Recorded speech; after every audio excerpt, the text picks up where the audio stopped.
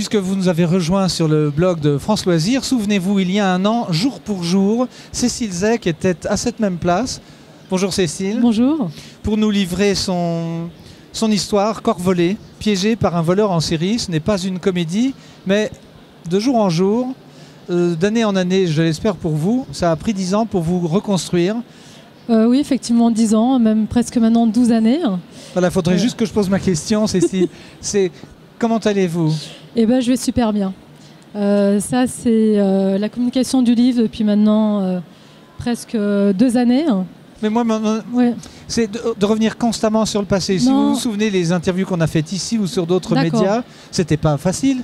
Non, c'était pas facile, hein, mais c'est pour ça que depuis maintenant ces nombreux mois où je communique sur ce livre, c'était vraiment des grands moments de bonheur. C'est vrai qu'après une interview, c'était parfois difficile.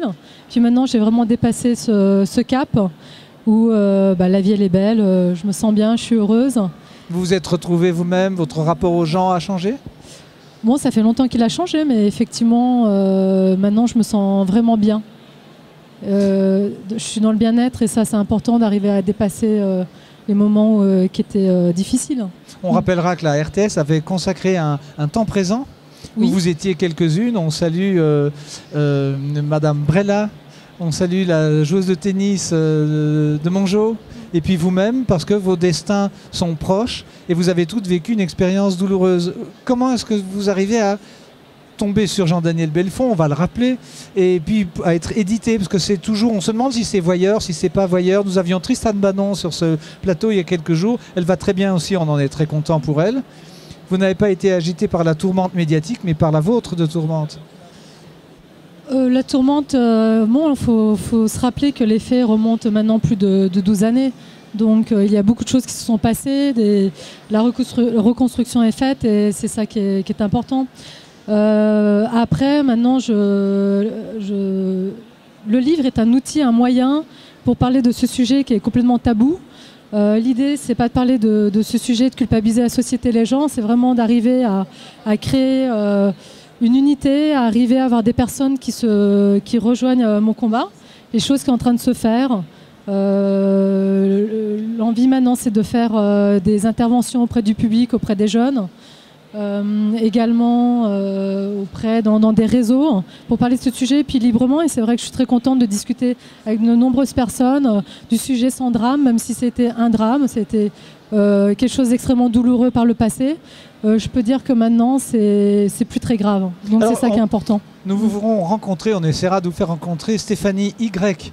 Fischer, qui a publié un ouvrage sur son propre calvaire et qui a subi à peu près tout ce que vous avez dit avoir subi et qui va nettement mieux. Et je lui ai parlé de vous et je lui ai dit que vous alliez vous rencontrer, pas forcément à France Loisirs, parce qu'elle est à Genève et que vous êtes dans la région.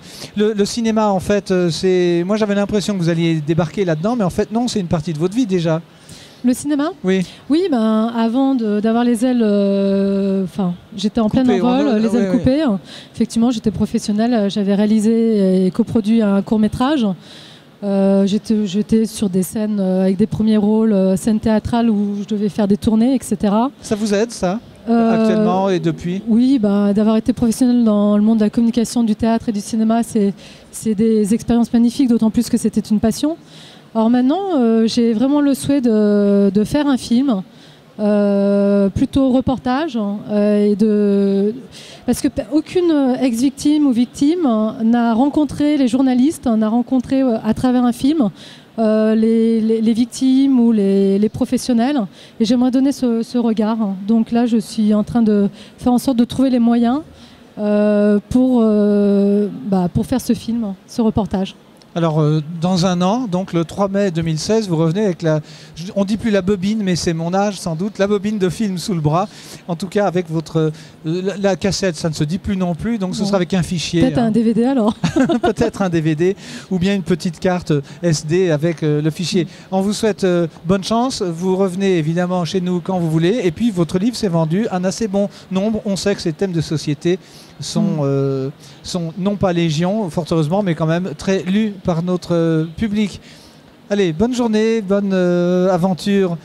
Merci Cécile Zec, c'était Corps volé que vous trouvez toujours. Je crois qu'on en a encore quelques-uns en stock. Oui, tout à fait. Merci beaucoup. Bonne journée. Je vous en prie.